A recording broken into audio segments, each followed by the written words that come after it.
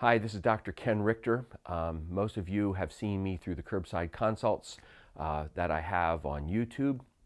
And today I'm approaching you from Scotland Family Medicine, Direct Primary Care, and want to talk to you a little bit about the COVID-19 crisis.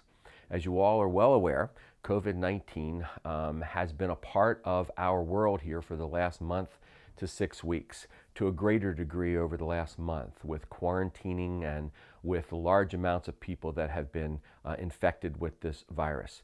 We have daily reports of more people being infected and more people who are dying from this.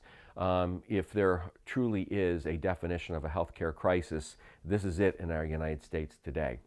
We are all right now quarantined. We're all sequestered off, trying to stay away from each other to get a control of the spread of this pandemic of what the COVID-19 virus is. Just a little bit of background, the COVID-19 did spring up in China somewhere around the late fall and early winter. It's made its way to the United States with the first case being diagnosed January 20th, 2020. Right now we have thousands of cases, and of those about a 1.5% death rate from the disease. The COVID-19 is a sister to the SARS virus that we saw in 2003 and 2004. That SARS stands for Severe Acute Respiratory Syndrome. And the SARS virus, the COVID-19, primarily infects the lung tissue and can scar the lung tissue, hurt our breathing capacity, and we can't oxygenate our blood. That is what's precipitating the death.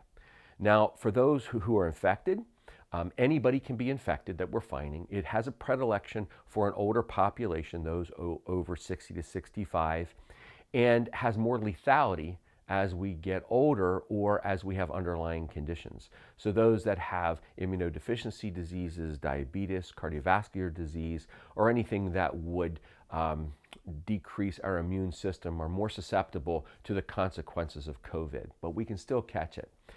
Some younger populations who have had this can test positive with no symptoms at all, or just blow it off to a bad flu or a bad cold over a weekend or a week or so and recover completely without any type of consequences. So right now, there are no active therapies for that. There are therapies that have been tried. Hydroxychloroquine, you've heard, is a malaria medication. The Z-Paks that we're all familiar with, used in combination, have shown some anecdotal help. There are some antivirals that have been used.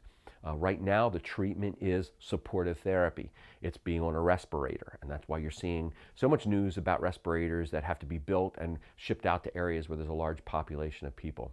What can we do right now? We're doing it. We're quarantining off. You're watching this now. You probably haven't been out to any type of public gathering for quite some time. No cinemas, no restaurants, getting our food on takeout, limiting how much we're out, doing all of our work from online or from home. So the social distancing of 6 feet apart is a good way to curtail and level out this plateau. The other thing we have to do is wash our hands. Make sure it's an alcohol-based hand wash. Do it multiple times throughout the day in about 20 seconds each time that we're doing it. For those who want to wear a mask, realistically, it's not very practical to wear a mask unless you're a healthcare worker around people who have been diagnosed with this. Those that are symptomatic should absolutely wear a mask. That's going to be an important thing to do.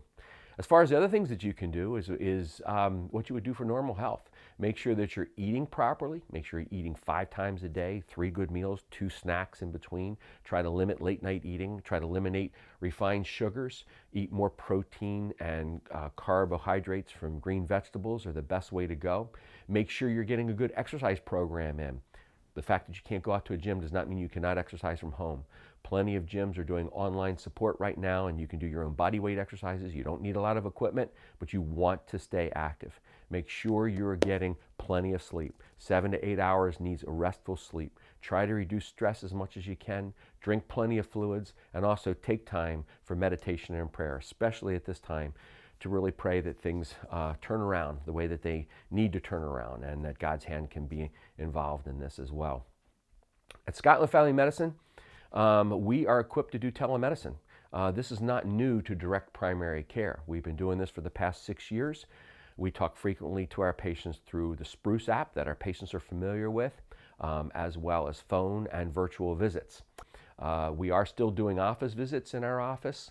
And again, because of direct primary care, there is at no time more than 10 people in our office, so that most likely you and someone else will be the only ones in the office other than our staff to be able to take care of your needs. So if needed for an office visit, we're still open in that capacity.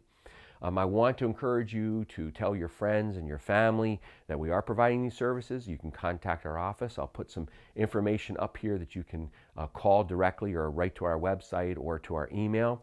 And we'll be able to take care of your needs virtually, whether through a phone or through a computer, through some type of virtual visit capacity. We have it through our Spruce app, but there are other means that we can do this, and we can set you up for that.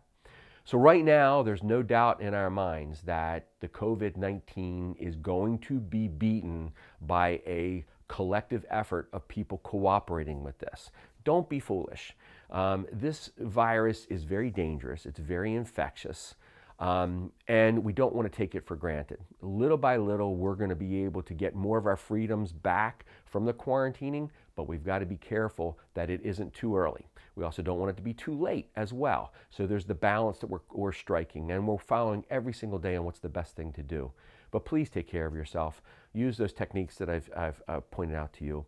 And if you do have some concerns that you may have been exposed to COVID-19, or you do have symptoms, and those symptoms would be a dry cough, a collective severe shortness of breath, a fever of greater than 100.4, and body aches and pains, then please contact me.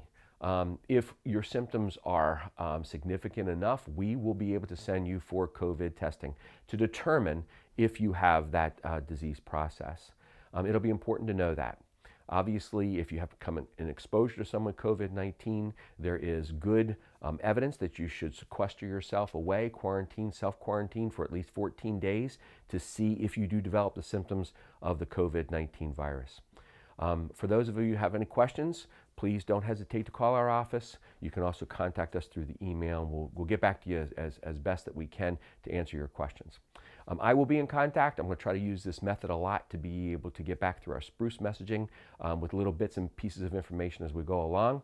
If you have any questions, again, call our office. Until we really meet again, this is Dr. Ken Richter from Scotland Family Medicine Direct Primary Care, and I wish you all well.